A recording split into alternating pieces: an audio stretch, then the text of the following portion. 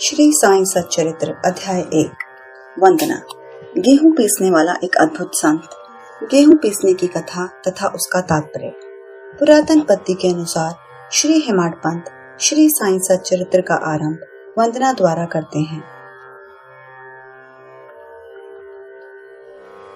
प्रथम श्री गणेश को साष्टांग नमन करते हैं, जो कार्य को निर्विघ्न समाप्त कर उसको यशस्वी बनाते हैं, और कहते हैं कि श्री साईं ही गणपति है। फिर भगवती सरस्वती को, जिन्होंने काव्य रचने की प्रेरणा दी, और कहते हैं कि श्री साईं भगवती से भिन्न नहीं है, जो कि स्वयं ही अपना जीवन संगीत बयान कर रहे हैं। फिर ब्रह्मा, विष्णु और महेश, जो क्रमशः उत्पत्ति, स्थिति और संहार करता है, और कहते हैं कि श्री साईं और वे अभिन्न हैं, वे स्वयं ही गुरु बनकर भव सागर से पार उतार देंगे। फिर अपने कुल देवता श्री नारायण आदिनाथ की वंदना करते हैं, जो कि कोंकण में प्रकट हुए। कोंकण वह भूमि है जिसे श्री परशुराम जी ने समुद्र से निकालकर स्थापित किया था। तत्पश्चात वे अपने कुल के आदि पुरुषों को नमन करते हैं। फिर श्री भारद्वाज मुनि को, जिनके गोत्र में उनका जन्म हुआ।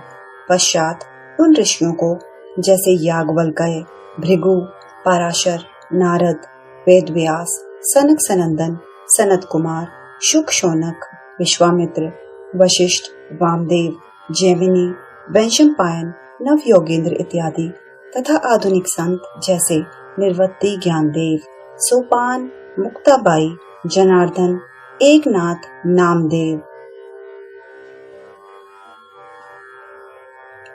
तुकाराम, कान्हा, नरहरि आदि को नमन करते हैं।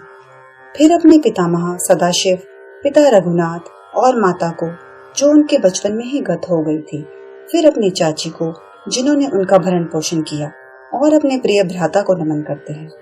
फिर पाठकों को नमन करते हैं, जिनसे उनकी प्रार्थना है कि वे एकाग्रचित होकर कथामृत का पान करें। अंत में श्री सच्चिदानंद सद्गुरु श्री साईनाथ महाराज को, जो कि श्री दत्तात्रेय के अवतार और उनके आश्रयदाता है, और जो ब्रह्म सत्यम जगन मिथ्या का बोध कराकर समस्त प्राणियों में एक ही ब्रह्म की व्याप्ति की अनुभूति कराते हैं।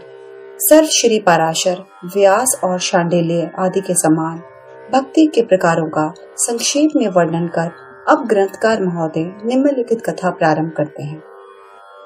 गेहूं पीसने की कथा। सन 1910 में मैं एक दिन प्रातःकाल श्री साईं बाबा के दर्शनार्थ मस्जिद में गया।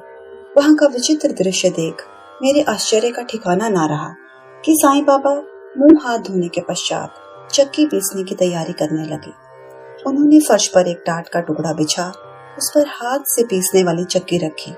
उन्होंने कुछ गेहूं डालकर पीसना आरंभ कर दिया। मैं सोचने लगा कि बाबा की चक्की पीसने का क्या लाभ है, उनके पास तो कोई है भी नहीं, और वे अपना निर्वाह भी भिक्षावृत्ति द्वारा ही करते हैं। इस घटना के समय वहां उपस्थित अन्य व्यक्तियों की भी ऐसी ही धारणा थी, परंतु उनसे पूछने का साहस किसे था। बाबा की चक्की पीसने का समाचार शीघ्र ही सारे गांव में फैल गया, और उनकी यह विचित्र लीला देखने हेतु तत्काल ही नर नारियों की भीड़ मस्जिद की ओर दौड़ पड़ी। उनमें से 4 निडर स्त्रियां भीड़ को चीरती हुई ऊपर आई और बाबा को बलपूर्वक वहां से हटाकर उनके हाथ से चक्की का खूंटा छीनकर तथा उनकी लीलाओं का गायन करते हुए उन्होंने गेहूं पीसना प्रारंभ कर दिया। पहले तो बाबा क्रोधित हुए, परंतु फिर उनका भक्ति भाव देख वे शांत होकर मुस्कुराने लगे। पीसते पीसते उन स्त्रियों के मन में ऐसा विचार आया कि बाबा के ना तो गर्दवार है, ना ही कोई बाल बच्चे हैं, और ना ही कोई उनकी देखरेख करने वाला ही है। वे स्वयं भिक्षावृत्ति द्वारा ही अपना निर्वाह करते हैं, अतः उन्हें भोजन आदि के लिए आटे की आवश्यकता ही क्या है। बाबा तो परम दयालु हैं, हो सकता है कि यह आटा वे हम सब लोगों में ही वितरण कर दें। इन्हीं विचारों में मग्न रहकर गीत गाते गाते ही उन्होंने सारा आटा पीस डाला। तब उन्होंने चक्की को हटाकर आटे का 4 समान भागों में विभक्त कर लिया, और अपना अपना भाग वहां से ले जाने को उद्यत हुई। अभी तक शांत मुद्रा में निमग्न बाबा तक्षण ही क्रोधित हो उठे और उन्हें अपशब्द कहने लगे। स्त्रियों, क्या तुम पागल हो गई हो? तुम किसके बाप का माल हड़प कर ले जा रही हो? क्या कोई कर्जदार का माल है जो इतनी आसानी से उठाकर लिए जा रहे हो? अच्छा, अब एक काम करो कि इस आटे को ले जाकर गांव की मींड पर बिखेर आओ। मैंने शिरडी वासियों से प्रश्न किया कि जो कुछ बाबा ने अभी किया है उसका यथार्थ में क्या तात्पर्य है। उन्होंने मुझे बतलाया कि गांव में विशोचिका यानी हैजा का जोरों से प्रकोप है और उसके निवारणार्थ ही बाबा का यह उपचार है। अभी जो कुछ आपने पिसते देखा था वह गेहूं नहीं वरन विशोचिका थी जो पीस कर नष्ट कर दी गई है। इस घटना के पश्चात सचमुच विशोचिका की संक्रामकता शांत हो गई और ग्रामवासी सुखी हो गए। यह जानकर मेरी प्रसन्नता का पारावार न रहा। मेरा कौतूहल जागृत हो गया। मैं स्वयं से प्रश्न करने लगा कि आटे और विशोचिका रोग का भौतिक तथा पारस्परिक क्या संबंध है, इसका सूत्र कैसे ज्ञात हो। घटना बुद्धिगम्य सी प्रतीत नहीं होती। अपने हृदय की संतुष्टि के हेतु इस मधुर लीला का मुझे 4 शब्दों में महत्व अवश्य प्रकट करना चाहिए। लीला पर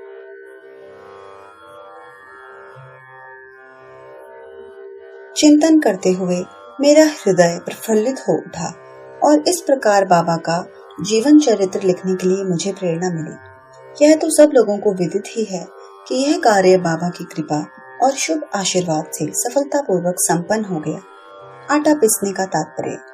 शिरडी वासियों ने इस आटा पीसने की घटना का जो अर्थ लगाया वह तो प्राय ठीक ही है, परंतु उसके अतिरिक्त मेरे विचार से कोई अन्य अर्थ भी है। बाबा शिरडी में 60 वर्षों तक रहे और इस दीर्घकाल में उन्होंने आटा पीसने का कार्य प्रतिदिन ही किया।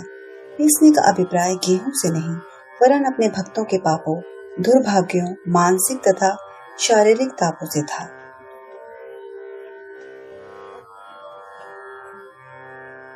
उनकी चक्की के 2 पाटों में ऊपर का पाट भक्ति तथा नीचे का कर्म था। चक्की की मुठिया जिसे पकड़कर वे पीसते थे वह था ज्ञान।